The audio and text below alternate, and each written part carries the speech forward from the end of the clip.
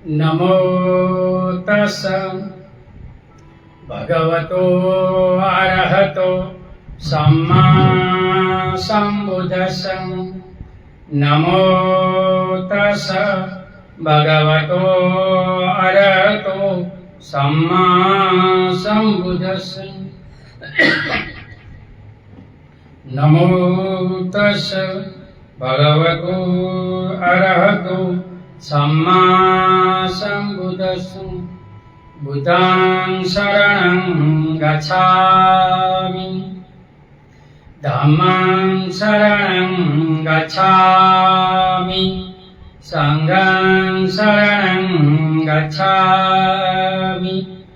द्वितीयं तृतीयं बुद्धं शरणं गच्छामि, द्वितीयं धम्मं शरणं गच्छामि, द्वितीयं संघं शरणं गच्छामि।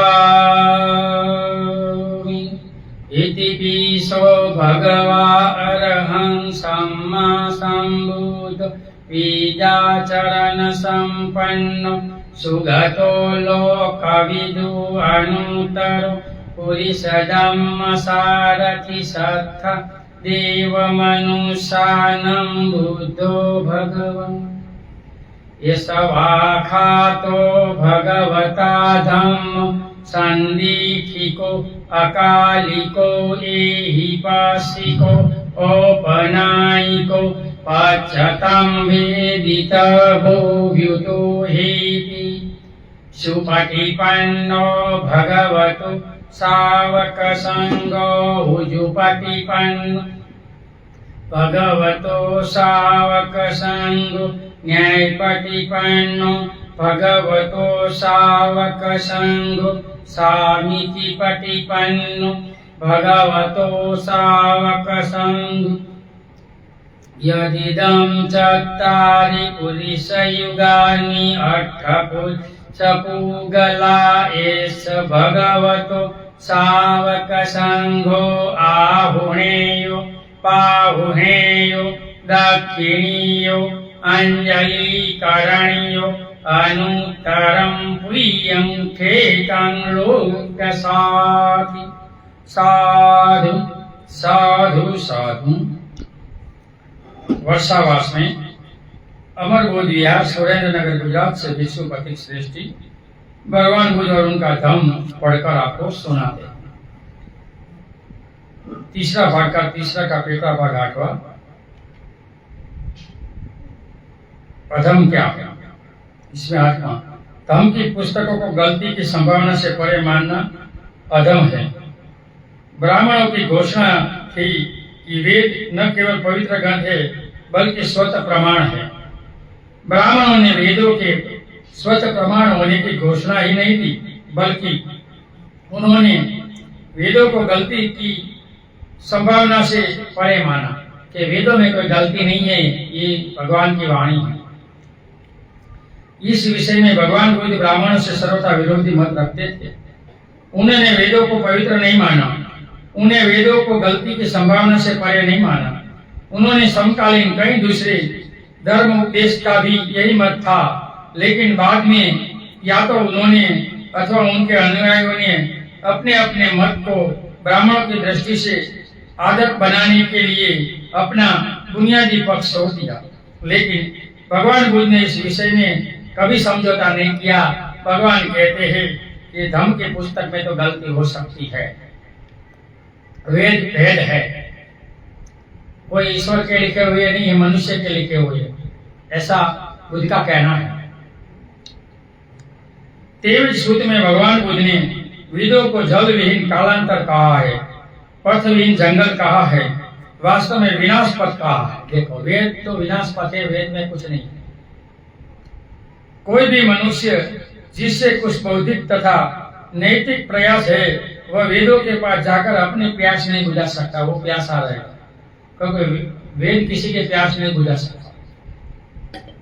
जहां तक वेदों के गलती होने की संभावना से परे होने की बात है, भगवान तथागत ने कहा कोई ऐसी चीज हो ही नहीं सकती जो गलती होने की संभावना से सर्वथा परे हो। कोई भी इंसान में गलती हो सकती है। ये गलत बात है कि बिना गलत वाला कोई है, ये बात गलत है। वेद भी नहीं। इसलिए भगवान बुद्ध ने कहा कि हर चीज का परीक्षण और पुनः परीक्षण होते रहना चाहिए। इससे ही वस्तु की दृढ़ता और सत्यता साबित होगी। यह बात उन्होंने कालाम लोगों को दिए गए अपने प्रवचन में स्पष्ट ही कहा है। एक बार भिक्षु संघ सहित चारिता करते हुए भगवान बुद्ध कौशल जनपद के केशपुत्य नगर में आ पहुंचे। वह नगर कालाम लोगों की बस्ती थी। जब कालाम लोगों को भगवान तथागत के आगमन की सूचना मिली, वे वहां पहुंचे जहां भगवान तथागत विराजमान थे और जाकर एक और बैठ गए। एक और बैठे हुए कौशल के कालाम ने भगवान बुद्ध को इस प्रकार संबोधित किया, वंदना किया और कहा, भगवान, हे भगवान, हमारे गांव में कुछ श्रमण मुनि आते हैं। वे अपने मत की स्थापना करते हैं, अपने मत को ऊंचा उठाते हैं और दूसरे के मत का खंडन करते हैं, दूसरे के मत को नीचा दिखाते हैं। इसी प्रकार कुछ दूसरे श्रमण मुनि ब्राह्मण मुनि आते हैं। वे भी अपने मत की स्थापना करते हैं, अपने मत को ऊंचा उठाते हैं, दूसरे के मत का खंडन। कालाम लोगों को तथागत के आगमन की सूचना मिली। वे वहां पहुंचे जहां भगवान विहार कर रहे थे और जाकर एक और बैठ गए। और बैठे हुए कौशल ने काला में भगवान बुद्ध को इस प्रकार संबोधित किया, हे भगवान, हमारे गांव में कुछ श्रमण मुनि आते हैं। वे अपने मत की स्थापना करते हैं, अपने मत को ऊंचा उठाते हैं और दूसरे के मत का खंडन करते हैं, दूसरे के मत को नीचा दिखाते हैं। इसी प्रकार कुछ दूसरे श्रमण मुनि आते हैं। वे भी अपने मत की स्थापना करते हैं, अपने मत को ऊंचा उठाते हैं, दूसरे के मत का खंडन करते हैं, दूसरे के मत को नीचा दिखाते हैं। इसलिए भगवान, हम संदेह में पड़ जाते हैं कि इन श्रमण ब्राह्मणों में कौन सत्य बोल रहा है और कौन झूठ बोल रहा है। हमें शक पड़ता है, हे भगवान, सत्य क्या है, आप हमें बता सकते हैं? ये कालामो, तुम्हें योग्य विषय में संदेह उत्पन्न हुआ, तुम्हारे मन में योग्य विषय में शंका उत्पन्न हुई, योग्य विषय में अनिश्चय उत्पन्न हुई। आप अच्छे हो, आप सही बोल रहे हो, अच्छी बात है। शंका होना अच्छी बात है, गलत बात नहीं। ये कालामो, भगवान ने कथन में जारी रखा, किसी बात को केवल इसलिए मत मानो कि वह तुम्हारे सुनने में आई है। किसी बात को केवल इसलिए मत मानो कि वह परंपरा से प्राप्त हुई है। किसी बात को केवल इसलिए मत मानो कि वह बहुत से लोगों उनके समर्थक हैं। किसी बात को केवल इसलिए मत मानो कि वह धर्म ग्रंथों में लिखी हुई है। देखो, किसी बात को केवल इसलिए मत मानो कि वह तर्क शास्त्र के अनुसार है। किसी बात को केवल इसलिए मत मानो कि वह न्याय शास्त्र के अनुसार है। किसी बात को केवल इसलिए मत मानो कि ऊपरी तौर पर वह मान्यता प्राप्त की है। किसी बात को केवल इसलिए मत मानो कि वह अनुकूल विश्वास, अनुकूल दृष्टि की है। किसी बात को केवल इसलिए मत मानो कि ऊपरी तौर पर सच्ची प्रतीत होती है। किसी बात को केवल इसलिए मत मानो कि वह किसी आदरणीय आचार्य ने कही हुई। तो फिर हमें क्या करना चाहिए भगवान? कालामो ने प्रश्न किया भगवान से। तो भगवान आगे कहते हैं, भगवान तथागत बोले, कालामो, कसौटी ये है कि स्वयं अपने प्रश्न करो, क्या अमुक बात करना हितकर है? क्या अमुक बात निंदनीय है?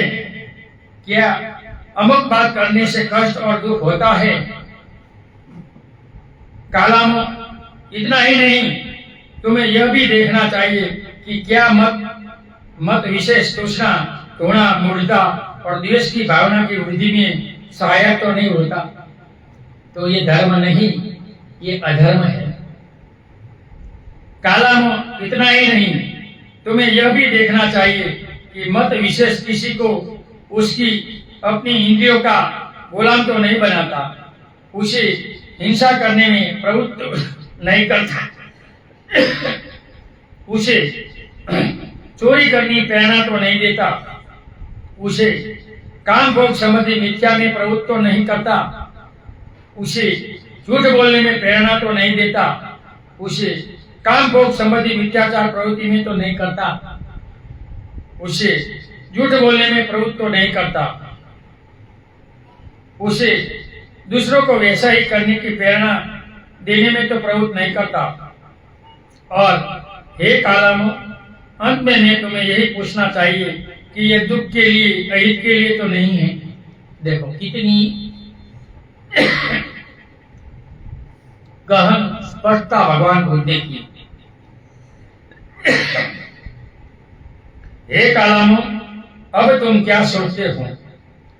इन बातों के करने में मनुष्य का हित है या हित भगवान अहित है?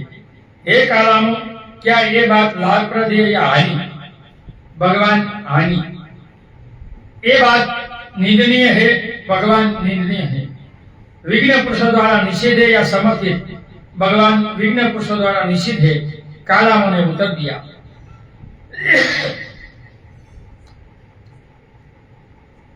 इनके करने से कष्ट और दुख होता है, बनते इनके करने से कष्ट और दुख होता है।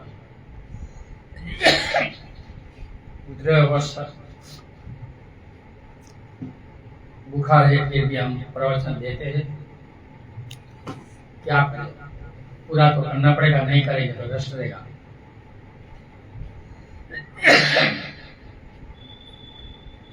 कोई धर्म ग्रंथ जो यह सब सिखाता हो, क्या वह सर्वत्र प्रमाण माना जा सकता है? क्या वह गलत होने की संभावना से परे माना जा सकता है? भगवान नहीं।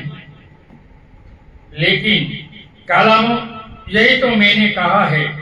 मैंने कहा है कि बात को केवल इसलिए मत मानो कि वह तुम्हारे सुनने में आई है।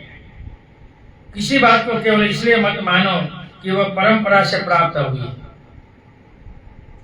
किसी बात को केवल इसलिए मत मानो कि वह धर्म ग्रंथों में लिखी है। किसी बात को केवल इसलिए मत मानो कि वह तर्क शास्त्र के अनुसार है। किसी बात को केवल इसलिए मत मानो कि वह न्याय शास्त्र के अनुसार है। किसी बात को केवल इसलिए मत मानो कि वह ऊपरी तौर पर मान्यता प्रतीत होती है। किसी बात को केवल इसलिए मत मानो कि वह अनुकूल विश्वास व अनुकूल दृष्टि की है। किसी बात को केवल इसलिए मत मानो कि वह ऊपरी तौर पर सच्ची प्रतीत होती है। किसी बात को केवल इसलिए मत मानो कि वह किसी श्रमण या श्रेष्ठ व्यक्ति ने कही है। देखो भगवान कितनी छावट करके संसार को धर्म देते हैं। केवल जब तुम आत्मा